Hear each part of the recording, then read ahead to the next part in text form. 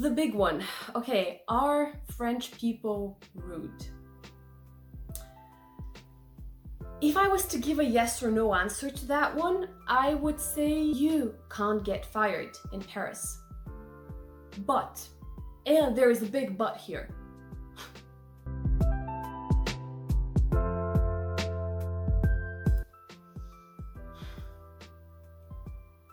Have you guys been binge watching Emiy in Paris? Cause same. So today I'm gonna do a review on the series that came out on Netflix a couple weeks ago that's called Emiy in Paris. So what do I know about that, you ask? I'm clearly not French. I don't really sound French. My name doesn't sound French, and that's because I'm not. However, I did live in Paris for 3 years. I went there during my bachelor's degree, so I studied there and I lived there as a foreigner. Also, much like Emiy herself, I didn't speak a word of French when I went there, so I feel like there's quite a few instances in that series when I was watching it and I was like, I feel like I'm watching my own story here. And there were also some cases where I was just thinking, this is not true, it's just not. It's a movie thing, it's not really a French thing. I have seen a couple of those reviews flying about, and I haven't seen some of them. I think I've just read an article or two about it, and it seems like a lot of them are actually done by French people, and they seem to disagree with a lot of the things that were done in the movie. I think I maybe agree with some of the things that people disagree with, but I feel like this is where it's important to note that, you know, a French person is not going to have the same experiences as a foreign person going into the country. So I think this is where the difference is, and I felt that my experience is actually very relevant in that case. So I'm going to share with you guys. A disclaimer before I start, I just picked up a couple of things that I noticed. I'm not going to do a full review on every single thing. It's just a couple of things that are more of French stereotypes than anything else that I kind of wanted to either confirm or debunk. And that's what I'm going to talk about today.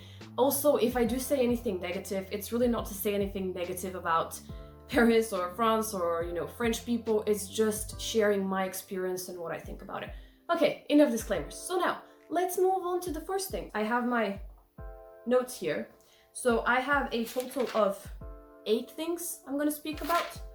So let's just get into it, right? So I'm going to start with a very meaty one, and that is every Frenchman has a mistress, and apparently the wife knows about it and is totally fine with it. And then everyone else also knows about it, and everyone else is totally fine with it as well. I hate to burst your bubble. If you're a middle-aged man that was looking to move to France to have a mistress and to have everyone be okay with it, that's not true. It's just not. I don't know where that comes from, to be honest, because I'm from Europe, so I've lived in a couple places around Europe, and I don't think that's a well-known stereotype in Europe. However, I have heard a couple of American TV shows and just speakers for different things mention that, not for Emiy in Paris, but just for other topics. And it seems to be a well-known thing in America, in the US in particular, that just Frenchmen just have mistresses and everyone is just super promiscuous and just, it's all out in the open and it's fine. And I don't think that's true.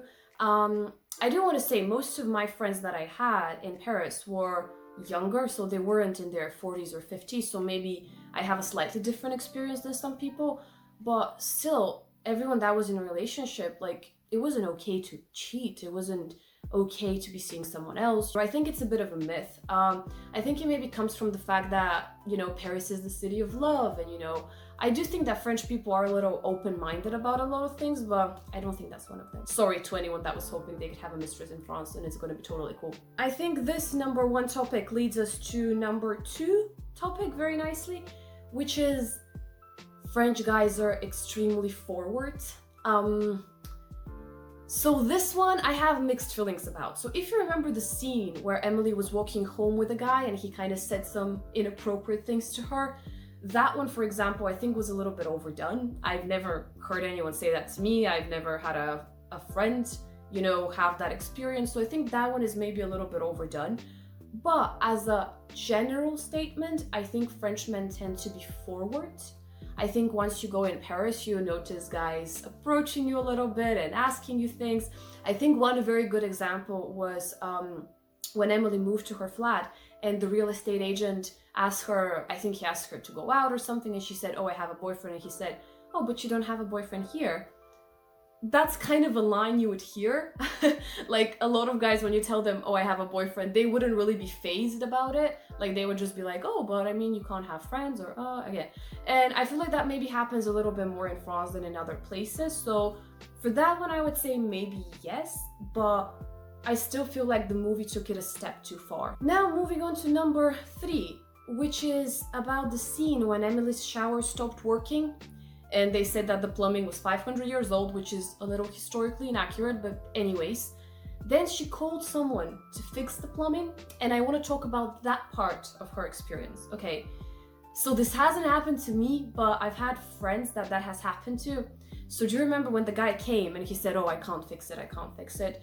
So first of all, this is a very common thing. Like a lot of times when you want something done, you first get a no, and then once you insist, then you get a yes. So that's a very common thing, and not just about like handymen or anything, but it's a common thing kind of overall. You see that in banks, in supermarkets, and in a lot of places. And then the part that I thought was quite funny is when he asked her for some breakfast or petit déjeuner, which is again something they do. Again, hasn't happened to me, but I've had some friends where they, for example, would call movers, and they had paid for someone to move their things. And then the movers say, for example, oh no, the couch is too big. So if you want us to move it, there's a bakery right around the corner. If we're full, we're gonna have a much easier time moving the couch, or something like that. And it's not really expensive. I mean, it's a coffee and like a croissant, so it's not a big deal. But yeah, it's a very strange thing. I don't think it happens all the time, but it has happened. And if you are living in Paris, just keep in mind, have a couple extra euro in case you need to buy, some breakfast for the people that you've hired. Moving on, we have smoking. So if you remember, there was a scene where Emily took a picture of some girls that were, I think, outside of like a workout studio, and they were smoking, and she thought that was very funny because she was like, well, they're working out, but they're smoking. So yes, people do work out in Paris, people take care of their weight, they watch what they eat, but smoking is extremely popular. I think this is one of the cities that I've lived in that smokes the most.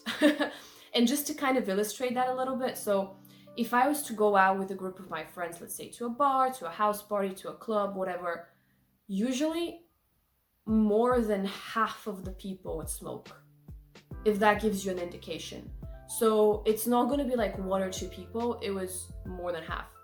So yeah, again, that was just my experience and the people that I knew, but you see a lot of also cigarette buns on the street, like a lot of them, and that also tells you, oh, people just smoke a lot. So yeah, people just like smoking in Paris. It is about enjoying life, as they say. They feel like this is just a little guilty pleasure, and they actually don't feel guilty about it, so I feel like that's not the right word.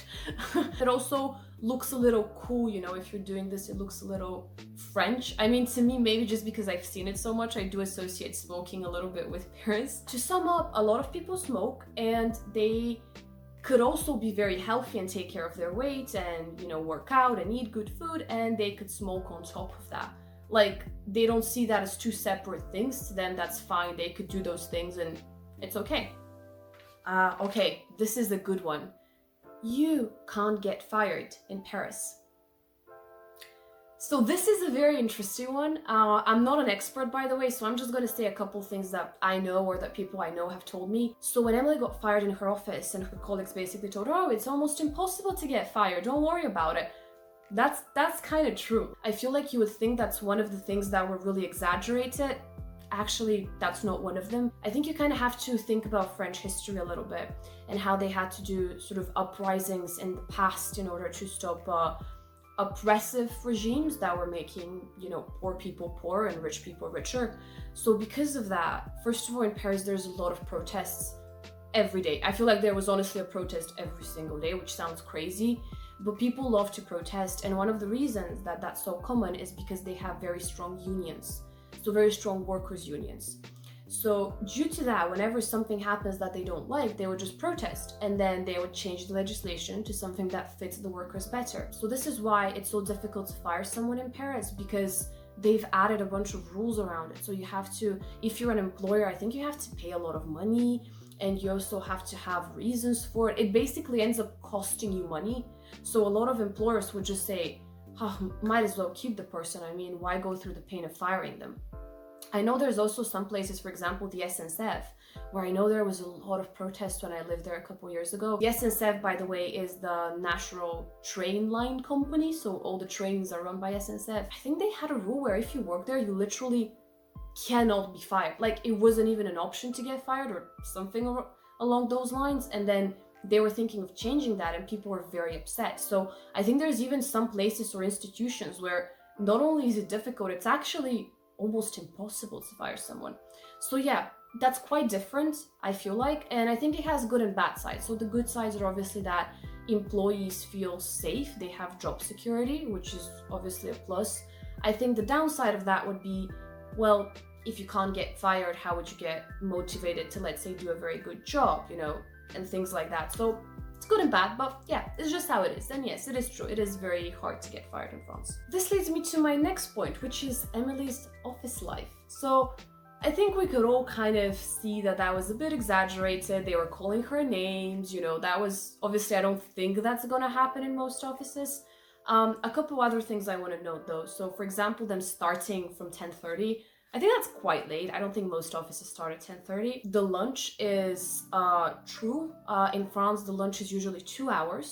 So people would go, they would have a proper meal, they would sit at a restaurant. That would just be the norm, you know, it wouldn't be regarded as lazy if you have a 2-hour lunch. It's just how it is. To be honest, that's one thing that I didn't always love.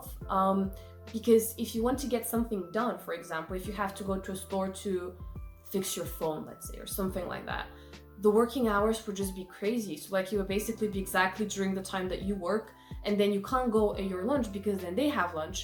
And yeah, just the working hours are a little bit shorter overall. So that's one thing that I didn't really love about being there, because it was a little difficult to get things done. But then I can also see why it would be good for the people that work there to have that free time and that work-life balance.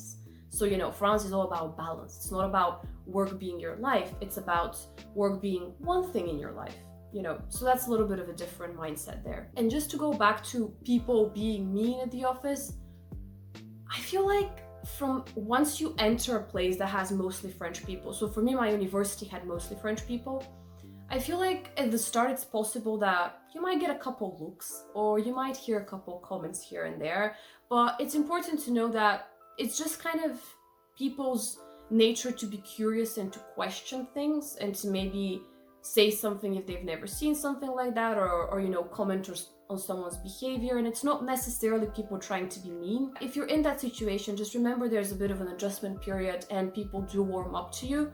It's just from the start, people would usually kind of have their guard up, and then you kind of have to break through it, and then you get a nicer part, a nicer version of people after that. The big one. Okay, are French people rude? If I was to give a yes or no answer to that one, I would say yes. Hear me out. Okay, I don't want to insult every single French person because there's plenty of nice people. So, okay, I don't want this to come off bad. But I would say if I was to compare Paris to... I've lived in, I think, 4 other big cities in Europe. If I was to compare it, Paris is by far the rudest city. And like, it wins by a landslide. Like, it's not even like a close call. It's not like I have to think about it. Like, I would just immediately say Paris, right? So to me, that says something. I think some of Emily's experiences, for example, when she went to the bakery, when she went to the flower shop, I think something that I encountered a lot was just people making faces and kind of doing like rude comments.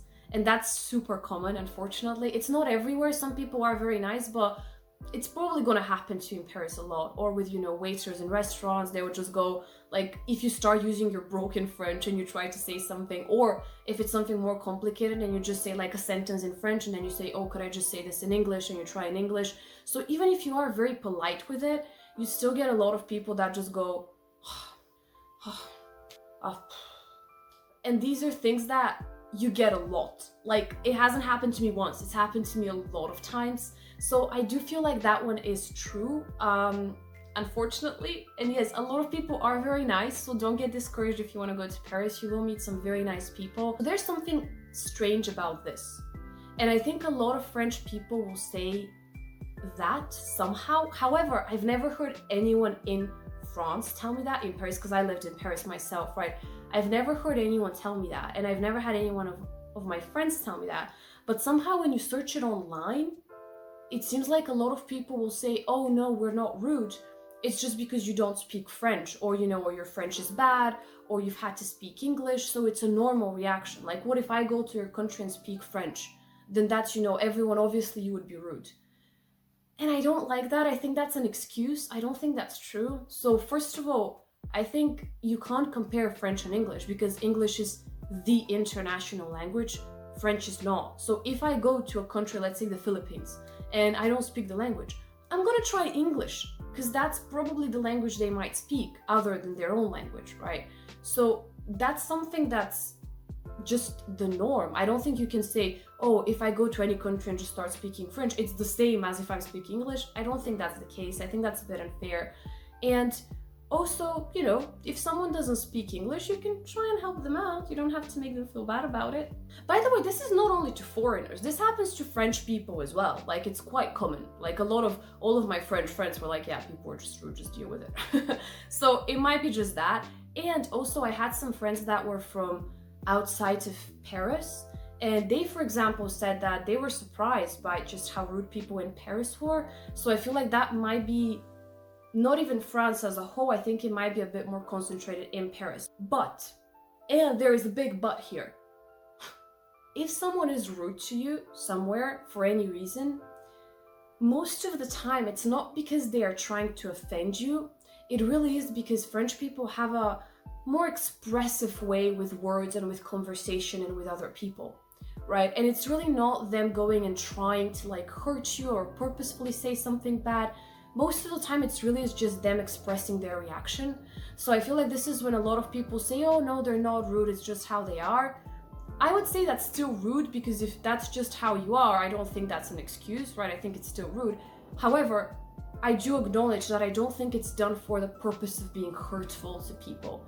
And at the start, this took me a second to realize, because at the start I was taking it like personally, because I'll be like, I'm trying to speak French here, I'm trying to be nice, and like people are just rude to me, like what is this, And I was a bit taken aback, like I thought I was doing something wrong. But then I feel like after maybe a couple months there, I did see and I realized, first of all, it didn't happen only to me, it happened to French people all the time as well. And it really wasn't anything that people did with a malicious purpose. It was just how they were, right? One last thing, which I feel a little insane for even having to comment on that. It was at the end of the series, and she slept with Camille's brother, who was 17, and then his mom, she wasn't mad about it, but instead wanted to ask her how good of a lover her son was. That's crazy. So I don't think that's true. I'm sure there's some insane people that do it around the world, but it's not a French specific thing. I don't think that's normal. So yeah, I would be surprised if anyone actually believes that, because it's so crazy, but still just wanted to put that out there for anyone that, did believe it. No, French mothers are not like that. I haven't personally spoken to a lot of French mothers, but again, I had friends there. I had a lot of French people that I knew. I don't believe that to be a thing. Yeah. Again, this whole open-mindedness of the French people, that's just kind of put to a complete extreme. Yeah, I don't love that. I think that's not true. It's a bit of a cliche, I think. It's how some people would like to see France as, but it's not necessarily how it is. I do want to add, guys, I read every single comment, so if you have any other questions, if you disagree with me on something, please leave a comment down below, and I try to respond to as many as I can. If you liked the video, please give it a like, and if you enjoyed it, please subscribe so I can do more videos like this one. So yeah, I think that's all the things I'm gonna say now. I really hope this wasn't offensive for you. That's really not the purpose of this at all. It was just to give my thoughts on it. And yeah, I'll see you guys in the next one. Bye!